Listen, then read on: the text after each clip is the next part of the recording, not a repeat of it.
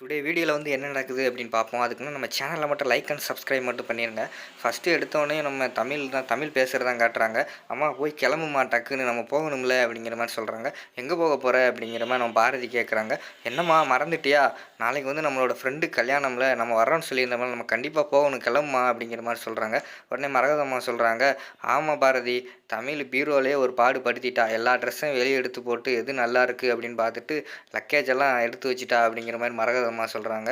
உடனே நம்ம தமிழ் வந்து சொல்கிறாங்க, அம்மா போம்மா கிளம்புமா போவோம் அப்படிங்கிற மாதிரி சொல்கிறாங்க. உடனே பாரதி வந்து அதெல்லாம் ஒன்றும் போக வேணாம், போ வீட்டுக்குள்ளே போ அப்படிங்கிற மாதிரி சொல்கிறாங்க. உடனே மரகதம்மா ஷாக் ஆகி, ஏன் பாரதி இவ்வளோ நாள் போகிறேன்னு சொல்லிட்டு இப்போ போகலைங்கிற அப்படிங்கிற மாதிரி சொன்னோடனையும் உடனே நம்ம பாரதி சொல்கிறாங்க, இல்லை அத்தை, 2 நாளாக இவளுக்கு வந்து பயங்கரமான காய்ச்சல், பார்த்தீங்கல்ல எந்த அளவுக்கு இருந்துச்சுன்னு.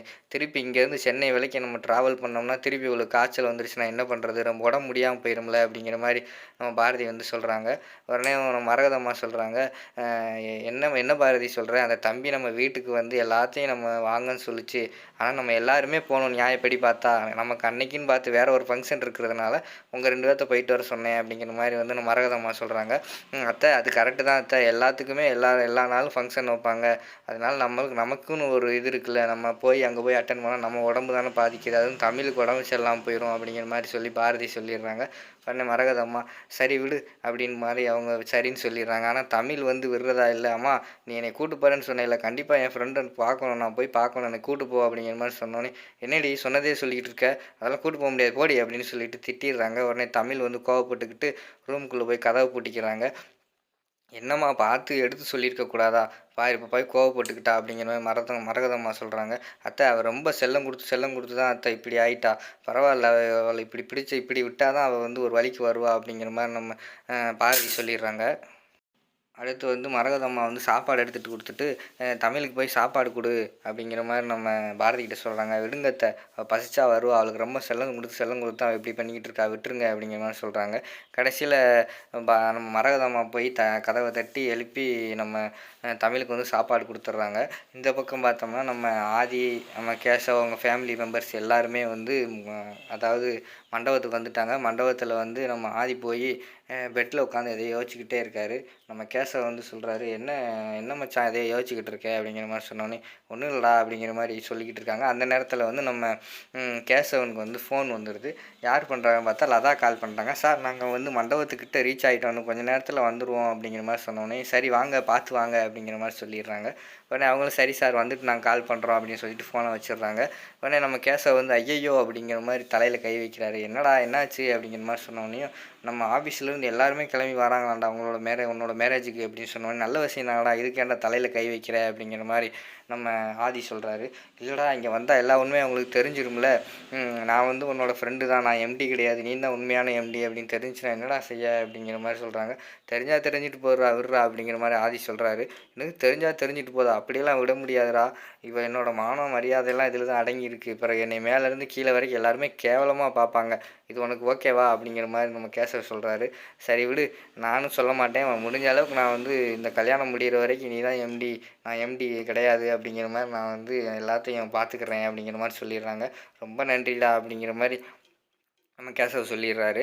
அடுத்த சீனில் பார்த்தோம்னா நம்ம அங்கேருந்து எல்லாருமே இறங்கி வந்துடுறாங்க. அதாவது ஆஃபீஸில் வேலை பார்ப்பாங்கள்ல, அவங்கெல்லாம் காரில் வந்துடுறாங்க. வந்தவொடனேயும் ஐயையோ வந்துட்டாங்களே அப்படிங்கிற மாதிரி சொல்லிவிட்டு கேசவ் வந்து நம்ம ஆதிகிட்ட சொல்கிறாரு. வந்துட்டாங்கடா அப்படின்னு சொன்னோம். சரி போய் வெல்கம் பண்ணு அப்படிங்கிற மாதிரி சொன்னாங்க. நான் போய் வெல்கம் பண்ணுவா, நான் எம்டிடா, நீ தாண்டா வரணும் அப்படின்னு சொல்லிட்டு, சரி வா 2 பேருமே போவோம் அப்படிங்கிற மாதிரி 2 பேருமே போகிறாங்க வெல்கம் பண்ணுறதுக்கு. வெல்கம் பண்ண போன இடத்துல வந்து நம்மளை அதான் சொல்கிறாங்க, சார் பரவாயில்லையே சார், உங்கள் ஃப்ரெண்டாக இருந்தாலும் நீங்கள் ஒரு எம்டி இருந்தாலும் உங்கள் ஃப்ரெண்டுக்காக இப்படி இறங்கி எல்லா வேலையும் பார்க்குறீங்களே சார் அப்படிங்கிற மாதிரி சொல்கிறாங்க.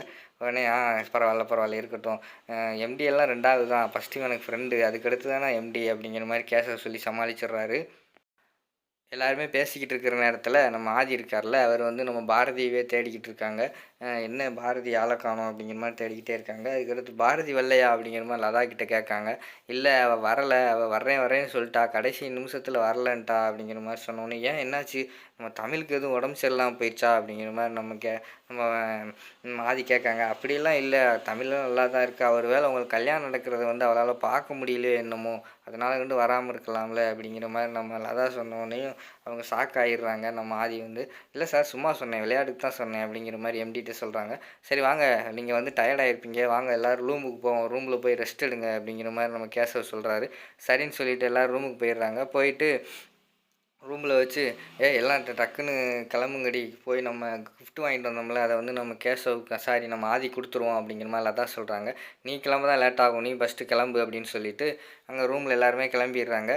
அதுக்கடுத்து கிஃப்ட்டு கொடுக்கலாம் அப்படின்னு சொல்லிட்டு கிஃப்ட்டு வந்து மோதிரம் எடுத்து வச்சுருக்காங்க. சரி கிஃப்ட்டு கொடுப்போம் அப்படின்னு சொல்லிட்டு எல்லாருமே வந்து மாப்பிள்ளை ரூம் எங்கே இருக்கும் அப்படிங்கிற மாதிரி அங்கே ஒரு அங்கிள் இருக்கார், அவங்ககிட்ட வந்து கூப்பிட்டு அண்ணே இங்கே வந்து மாப்பிள்ளை ரூம் எங்கே இருக்குது அப்படின்னு கேட்டோடனே, யார் எம்டி சார் ரூம்பா அப்படின்னு கேட்டோடனே, இல்லை மாப்பிள்ளை ரூம் தான் கேட்குறோம், எம்டி சாரா அப்படிங்கிற மாதிரி அவர் ஷாக்காகிறாரு.